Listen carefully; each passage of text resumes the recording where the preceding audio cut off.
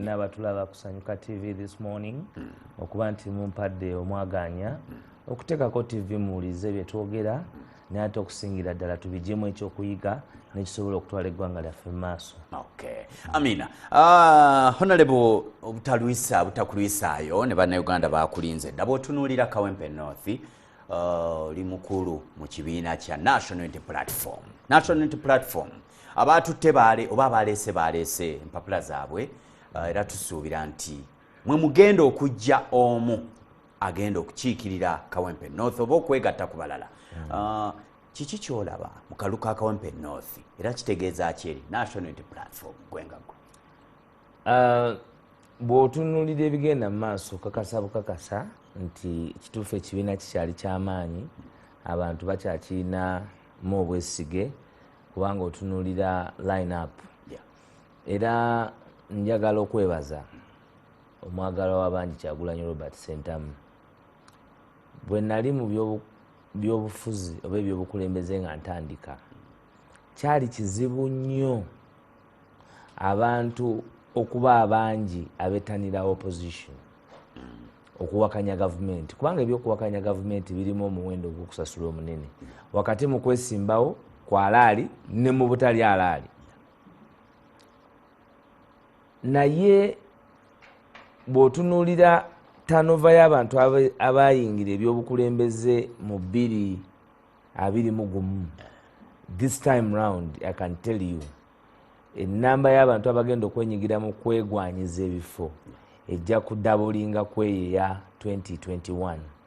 Ndowooza ekyo kifudde ku bukulembeze obutuufu, naye n'okubanga waliwo okusaba abantu bonna abalina ensa okwenyigira mu nsonga y'ebyobukulembeze. Tekikosa kubanga bw'otunuulira abantu abo nga bangi mugenda kutuula mutya okukkirizisa omu mu bantu omusanvu. Bw'otunuulira abantu abo buli omu alina ekiki. In fact okyali ku musanvu naye baleka balinga mwenda kubanga tuggalawo leero. Muggalawo leero kuba nkakasa ndowooza oli ani Muhammad oba Alex yanze okubanga ajja mu ssaawa zino bwe mpulidde bwe batuwadde amawulire ago abali awo.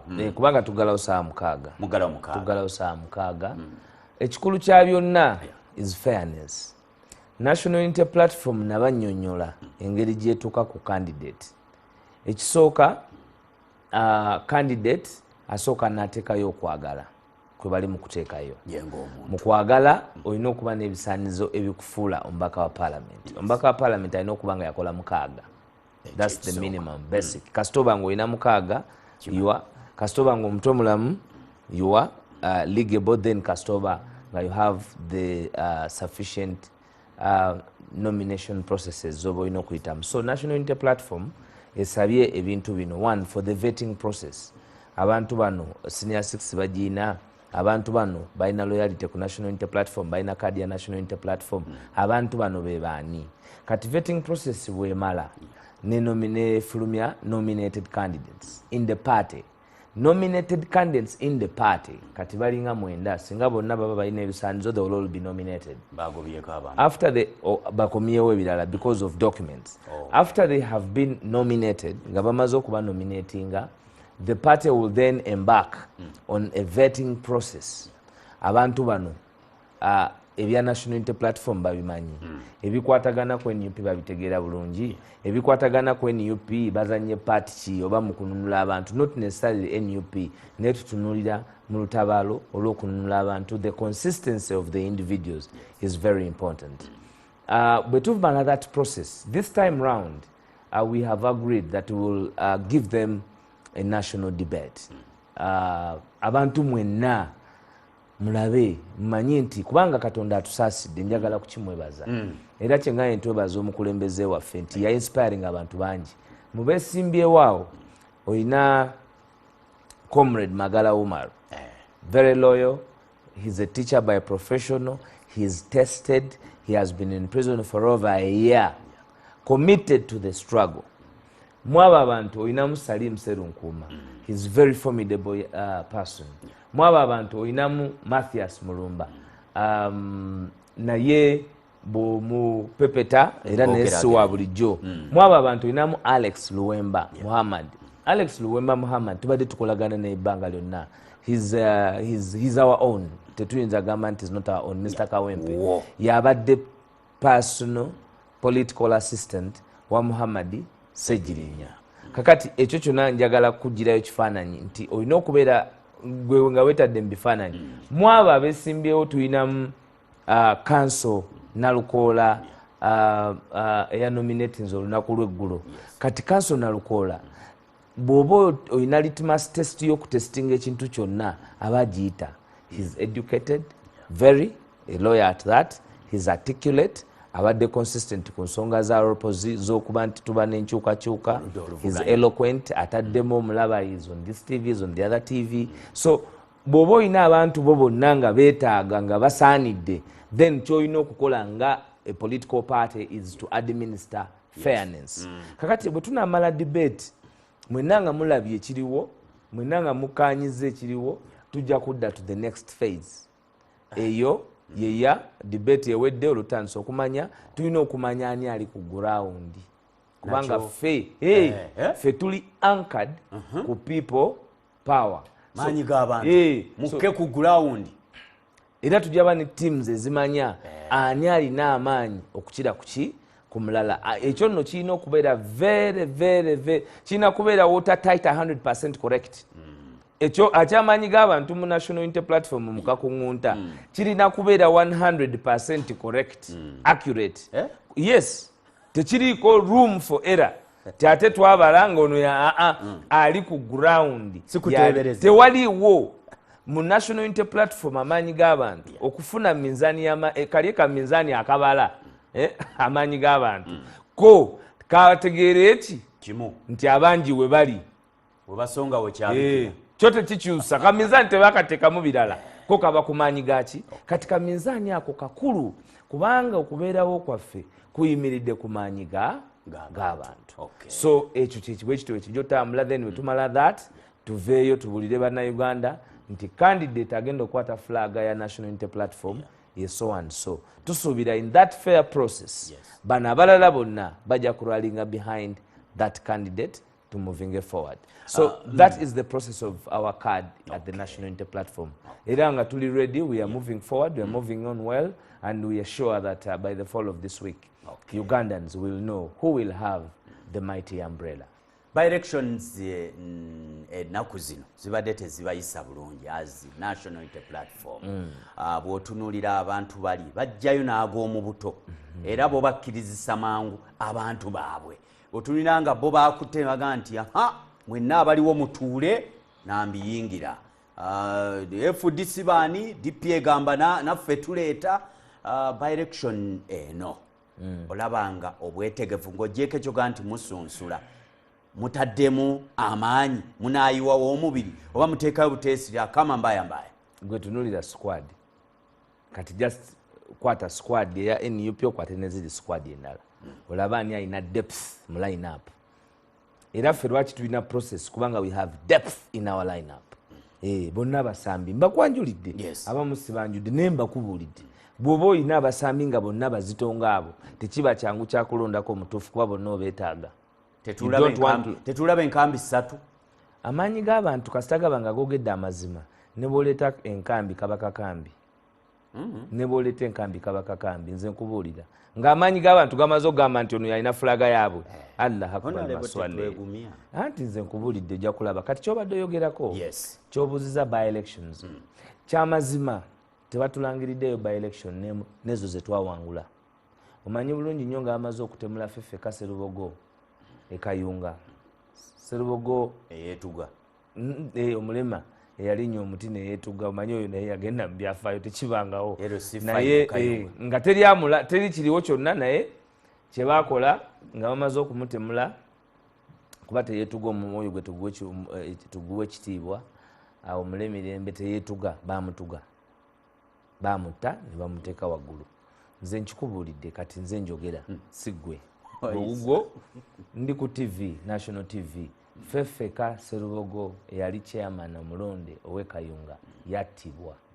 He was murdered kubanga yali musajja mulema, yali mu kanzu. Teriiyo muntu yenna mu byafaayo asobola kulinnya muti ng'ali mu kanzu nga mulema kweyava nga n'omuggo aguyinga nga omuggo nagwo tagenze nagwo kwegamba byonna obiraba nti they murdered someone and then staged the crime scene. That was the fact. Kakati yes ekayunga twakimanyi bulungi nakwede yawangula balangirira muwonge tekirala kuwangula n'okulangirira kati mu Uganda byanjawulo. Twalabye kooti yasazeewo ate ye n'asalawo birala. Kakati omwami oyo n'agamba nti ne bwe tuzina essaawa 20 be basalawo. Kati mu nkola y'ekiwamba abantu nga gye balina era ne bayingira enkola y'ekiwamba okusalawo kw'abantu nga bwe basalawo ku Gen. Yoweri Kaguta Museveni nga Kyagulanyi amuwangudde ne beematiza nti teriyo by election NUP gyegenda kuwangula era NUP ewangula. Omanyi nti ne Kyagulanyi bamugana ogende Kayunga. Omanyi nti mu by election zino abantu baffe bazze babakwata bazze bakola ebintu ebyenjawulo n'okulangirira results enkyamu si ku NUP yokka ne FDC Soroti kyali kyekimu. So waliwo okwematiza mu system nti tebakyaswala era bo bamatira nti demokrasiya basobola okumukola nga bwe baagala ng'abantu basazeewo bo ne bakola ekirala naye kyekyabatwala mu nsiko. Museveni yafuna akalulu kamu ak'omukiise ogwo Dr. Crispus Kiyonga ate nga ne Dr. Crispus Kiyonga okufuuka omukiise wa Museveni bamala kutta Muhindo excuse me eyali avuganya ku Democratic Party then ne baba nga abantu balina substitute yawa UPM n'agenda mu nsiko nga DP ewangudde agenda mu nsiko okujjawo okutta abantu okuteekawo demokrasiya gwendowooza gwe tujja okunyonyola mu ddakiika ezijja okuteekawo demokrasiya atwala empagi 3 z'ensomeseza okuva Kyagulanyi Robert Ssentamu lwe bampa obwogezi bw'ekibiina the doctrine of separation of powers. Kubanga bagamba bannayuganda that is where many of you should remember me about the doctrine of separation of powers. Kakati okwabusinga okwo kwonna kureflectinga mu by election nti bakozesa ebbogwe bakozesa effujjo bakozesa amagye okulangirira ekitali ky'abantu naye ekyo tekiyinza tuyinula. Kiringa kati saawa zino mubbi kujja nabba mipiira ku mmotoka yolekera ovuga emmotoka ngula nenziza n'oyomba nti naye omusajja oyo ne mukwata nenga weeyongedde naye nga okoze eki. Kakati kino ekintu kye tulimu ekya elections it's democracy. What are we doing? We are fighting for good governance. Good governance is democracy. Kyenkugambye ziri empagi ki 3. Kakati tetuyinza kukeera ku makya na omubbi n'atukyaya kyaffe naddala nga tuwangula. So tujja kuwangula ate mukano tewagenda baawo muzanyo. Kano tuli wano mu city tuli mu kibuga buli kimu kigenda kuvaayo ku kino kubanga tetwagala muntu yenna kulowooza nti tugenda kuba bakuzanyisa buli lunaku and tetuli scared. Bwe banga ye methodology eno gye batandiseewo empya nga gye bagenda otambuza mu byobukulembeze nayo kabagikole gwe kati ebya General Court Martial tebyawedde bw'otunuulira by election ng'ogyeko ya Kyagulanyi yali mu Wakiso Kampala ebadde tennazifuna. Kyetusuubira Waiswa abantu bali bemuvuganya nabo bo bagamba nti balina abantu wansi wansi kuva ku byalo ezo emboozi ziraba. Waiswa bo bagamba nti bajja kuwangula. Eyo constituency yasooka yaliwa NUP yagikulembera aliwo NUP mwalimu Kidandala naye yaliko NUP funa olumutwalo mulala. That place is opposition tebaddamu nakulimba. Kibuga bayivu babuufu goyinza okwagala abantu abafaananyiza be bate kibuga oyinza ogamba nti wali ekawempe wemmanye ekawempe nti bo basobola okukkiriziganya ne bino ebyekijega ebiri mu ggwanga ebyabakutukulembera. Abantu b'ekawempe goza bajega abantu bali bemanya ab'ekawempe abatandikirwako okumanya gwobagambe nti bo bagendagenda ne kyenvu emazeewo emyaka 4 ng'eweereza mpewo bano baweereza mpewo bano baweereza mpewo bampewo pungulu bayaye teri kye bakuwola mboozi nkubuulira ebiri mu bannayuganda gw'omanyi okubonaabona myaka 39 temulina muke musiima wadde gwe kampe bajja kugamba nti tulina NBS band bali tomanyi buli kimu n'ekikyo kyabwe be bakikola n'essimu bajaga nti kati okwata simu yaabwe bagireeta nkubulidde ate gwe kimpe ky'oyinza okuŋŋamba nti kyekino bw'oba oyagala okulaba amaka g'omuntu tunuulira mu ddiiro ampuliriza n'andaba bw'oba oyagala okulaba obukozi bwa gavumenti eno tunuulira Kampala tunuulira Wakiso then tonoonya kugenda Iganga alemeddwa Kibuga ng'ogamba nti ogenda Iganga. Okay, bw'otunula mu kati frame ze mu designinze nti abantu bagende bakiika akaseera ndaba katono nnyo kwetega kubadde kutono nnyo olaba olugendo weeruli bw'otunulira wetugenda okutandikira amaanyi g'abantu go tegalinda amaanyi g'abantu go tegalinda gojja kugalaba olunafuwa wiso nga gasituka okaseera akatono dakiika ffe tetwetaaga nagamba ono gwe twafuna Kyagulanyi talinga bali ye magnesi bya Kawempe bw'otunulira Kawempe North nga bweri bwebadde abakulembeze abazze bagibeeramu abazze babaawo tunoonya ate essaawa eno okulabako mubaka ki agenda okukiikirira Kawempe North okumaliriza ekisanja kino okuva 2021-2026 awe tunoonya NRM yo yaleese ennambi ono PFF nereeta mutazindwa kitegeeza ki abantu bonna kino njagala kive mu ggwe Waiswa kitegeeza ki buli avaayo nimu n'abakubye ebipande nga babibiina birala ne bawanikako Seggirinya bategeeza kudda mu bigere ebyo bategeeza buweereza byabadde akola era tuwulira beekanyugira ebigambo oluusi ebisongovu bitegeeza ki bino mu campaign buli omu akozesa opportunity emuyisaawo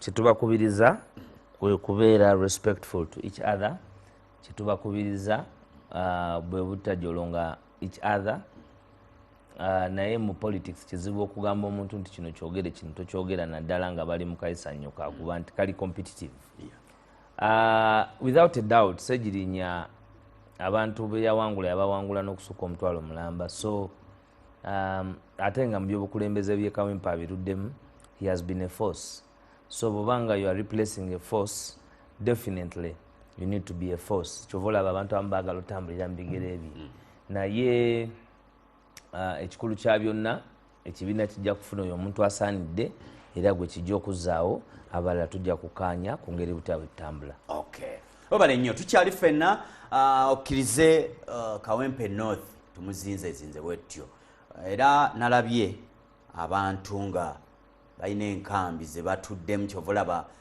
omusajja agambye nti omulimu omunene nnyo era sigwamuzanyo naye muteeketeeke bulungi omulimu omunene naye muteeketeeke era gutambula bukalamu wazira mbeera naire okay bw'otunulamuko mulinamu omusibe kati katuddukeko ko mu ekyasaliddwawo kooti ensukkulumu yaba tugendeko eyo Kawempe North tumuteekekaawo ebbali National Unity Platform ebadde n'abasibe erina era wakyaliyo abali waliyo ababaddeyo abaavaayo mu baavaayo mulimu abakkiriza emisango ne wabaawo abaagaana nga bonna babadde mu kooti eyo ey'amagye.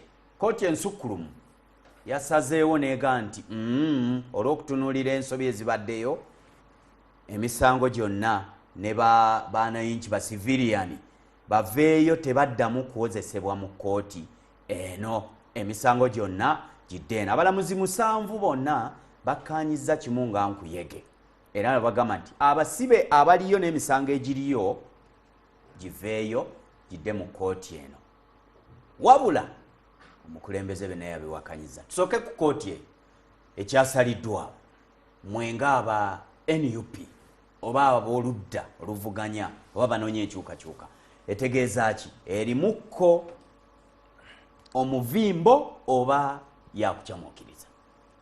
Ekisooka kooti eyasazeewo ye kooti ensukkulumu mu Uganda bwekiri era yesotolinga any legal dispute ye last court of appeal bwe tugamba last court of appeal abampuliriza kooti za Uganda zikola bwe ziti ku mitendera nsaba onzikirize etandikirwako bagita magistrates court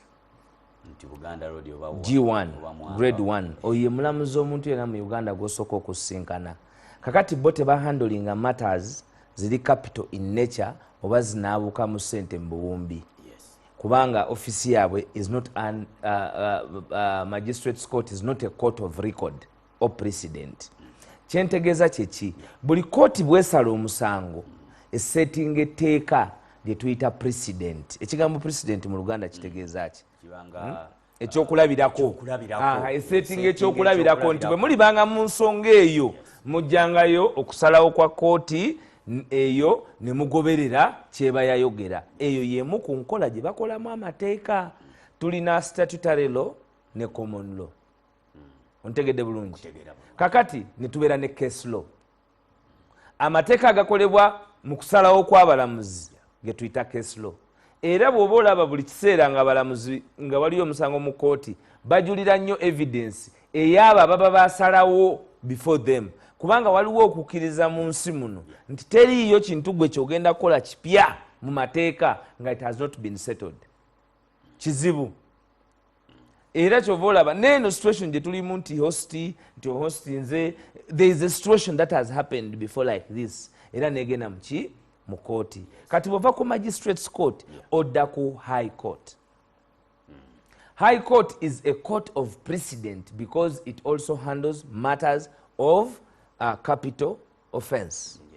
Nti omusango gw'okutta omuntu bw'ogenda mu kooti ya magistrate bajaga nti tukusomedde omusango toba nakyoyogera ojja kwogerera mu kooti ensukkulumu esinga kuyafa amaanyi kuba yo it is a court of precedent. Tuli wamu? Kakati bw'ova ku kooti eya high court be balina it is a court of record and a court of precedent and the matter is capital in nature. Tosobola gutwalanga gwa kusaaga kubanga ogw'okutta luli bakusaliranga gwa kufa mayisa. So tosobola bitwalanga bya kusaaga kyova olaba etandikira ku court of record gye bayita high court.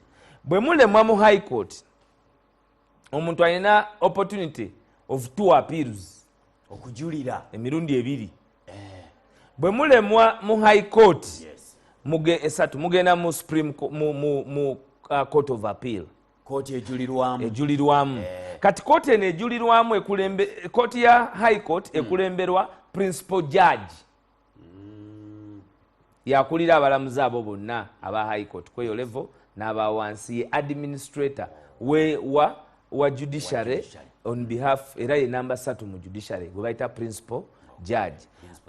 Kakati court of appeal ye etula emirundi ebiri. Etulanga constitutional court netulanga court of appeal. Naye ku court of appeal ewuliriza omusango oguvudde ku high court. Tutegeraganye bulungi. Eyo ye court of appeal. Kati constitutional court eyo ekulemberwa deputy chief justice. Omumyuka wa Saabalamuzi. Kuba kooti nkulu nnyo yetandikirwako ensonga ez'okutaputa ssemateeka kyova olaba bagita constitutional court.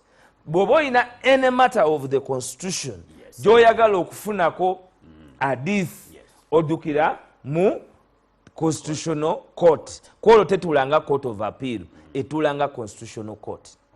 Kakati bw'emala okusala eggoye ku ssemateeka ate olwo ne mugenda ku supreme court. Supreme court babeera ekulirwa omulamuzi saabalamuzi chief justice.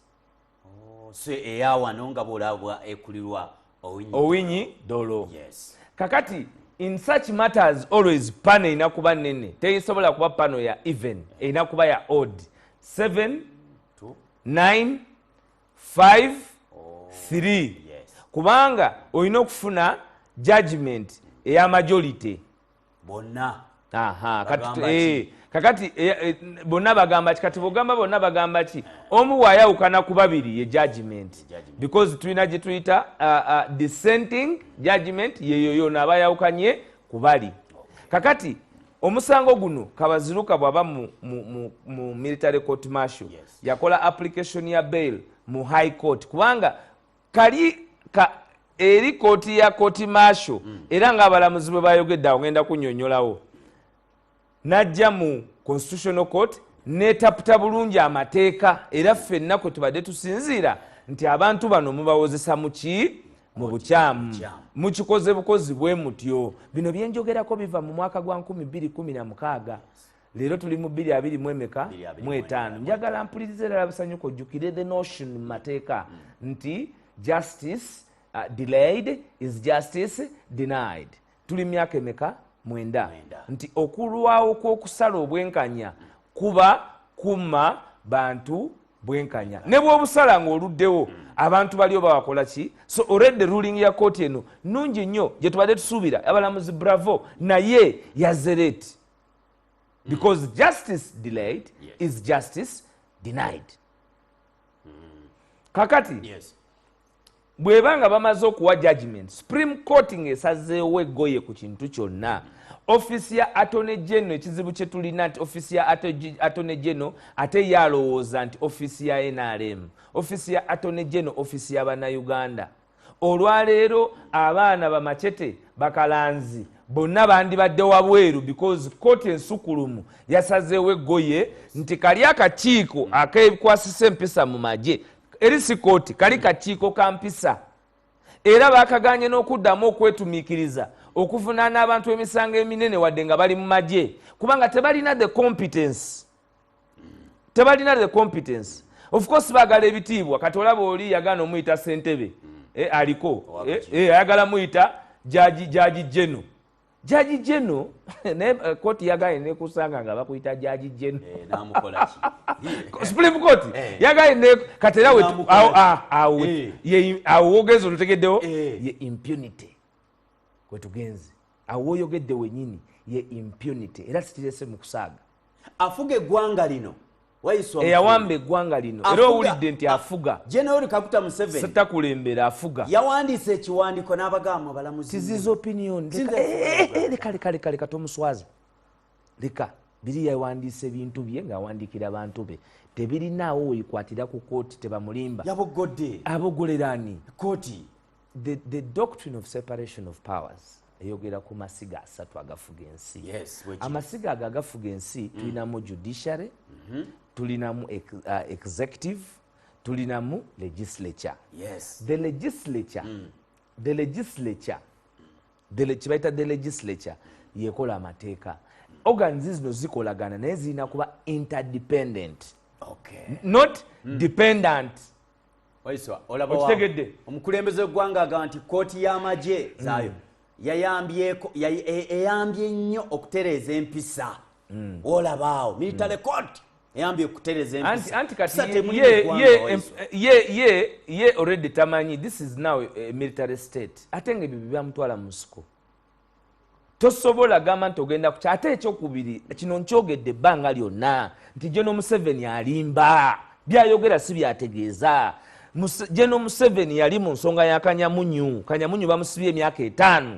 Saagala bannayuganda tubeere nze nemera kweyo ensonga egi emu tulina ensonga ya Katanga. Ensonga ya Katanga okimanyi nti ye yennyini yagitulamu ye mwennyini ali mu kumenya amateeka era ekyo kye twali tugamba judiciary nti mulese omuntu eyadduka mu kiraasi abafutubaleko kubanga obuyinza buno ekyaleeta obuzibu Owinyidolo yali ku high court n'agamba nti yegwe chief justice Museveni chief justice ng'agamba General Museveni mu kizimbe ekyo bali bakigulawo chief justice agamba General Museveni nti gwe chief justice kubanga amwadde sente z'okuzimba Supreme Court yabweyambula n'abambaza omulala byonna byali ku TV kati byasa awo wenyini kwogwa omukolo ne speaker n'agamba si ye speaker oli ye speaker ne bagamba siye owa Ministry of Finance n'agamba siye chief budgeter General Museveni ye chief budgeter Governor Bank of kati tuli mu military state kyovula ebyo byonna bigambye nti ruling Supreme Court yagikoze jjo bagiwakanya olwaleero tebaswadde na kuswala nti baboginge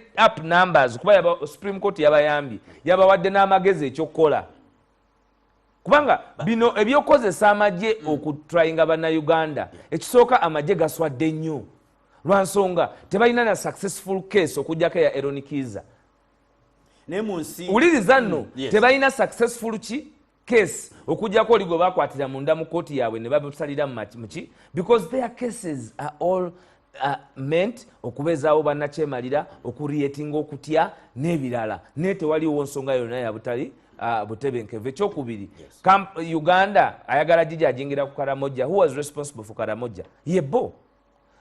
Ekyokubiri, mu mateeka waliwo kibayita processing a police file.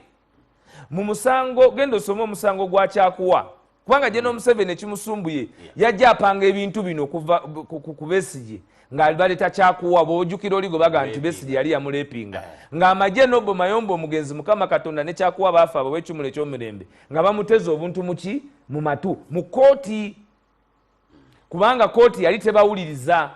Era bino General Museveni byoyogera tutegedde bulungi nnyo nti eno yebadde endaga butonde yammwe ku bannayuganda okubafutubbalako nti mwalwana mwe musalawo ate nga mwagamba nti mugenze to restore democracy. Look at your 10-point program, General Museveni. Don't forget them. We can remind you if you're forgotten.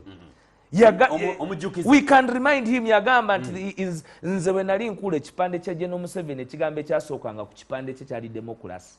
Era nga mba nebuuza ekigambo ekyo kitegeeza ki? Kyansumbuwa nnyo kubanga byali democracy, modernization and unity. Byali ebigambo bisatu byatambulizangako. Kati nga bino mbitegere naye nga democracy kyekiriwa we nagenda nempepetera governance ne understanding the doctrine of separation of powers. Bwatu bwe yatambula. Naye bw'oba ojjukira abajaasa okuvaayo okuvuma abalamuzi General Museveni azaki basigamu kati yagambe nti bali foreign bali the foreign interest judges. Ani abalonda? Olabo bunafu bwo tokyamanyi n'abolonda gwe mwennyini. Resign, leave our country if you can't choose people who are in the interest of Uganda and patriotic. Then toddamu kutugamba kintu kyonna because alonda abalamuzi abo yani General Museveni akakiiko akabakkiriza ani appointinga body yako mu parliament ndi ku Judicial Service Commission. President Museveni Ani aina numbers mu parliament okuyisa abalamuzi bonna. President Museveni talinayo balamuzi bafutubaddeko nga Justice Kisaakye ngatumba kakati lero bino byolaba Jim Muwezi yakeera ku makya n'agamba Justice Ogole yali principal judge n'amugamba where are you are under the bed eating sausages as I was fighting in the kanzibe oba nzibye sente z'abalwadde basirimu kanzikole ki kanzibbe. Bino byaliwo mu inquiry ya Gavi Fund. Va ku ekyo kati General Museveni azzeeyo wali ewa Jim Muwezi nti mwali luddawa mwali mulya sausage emboozi eyo ebaddewo okumala ebbanga naye tugisasulire kyeveewo kubanga yetuleetedde abantu okutukinako n'okuba nti tebagoberera nkola ey'amateeka. Tosobola kubeera mu ggwanga nga kooti esembayo esazeewo gwe n'oyima eri gy'oyimye n'owandiika bbaluwa. That is wrong. Ntumireko ntumidde nnyo abantu baffe abeeruzira n'abantu baffe ab'emutungo gye tuwangaalira ne Honorable Balimwezi enguudo azifubyeko ziraba. Waavudde onaajawo mubaka wange oyambala engatto mubaka saagala kuddamu ekyo ekibuzo sijja kiddamu naye ntumidde nnyo abantu baffe ab'emutungo abantu baffe abeeruzira ne Honorable Balimwezi webale emirimu gy'okwasaganya webale nakwasaganya nguudo kuba kati ekibuga era nzize okuva eri yonna nga enguudo ndaba bazitinkula ne mwana Honorable Balimwezi guno omulimu kuba inginiya nga mulungi so twagala okwebaza abantu baffe bonna nammwe bakyali abeeruzira nja kubeera nammwe ku lunaku lwokusatu. All right wabale nnyo.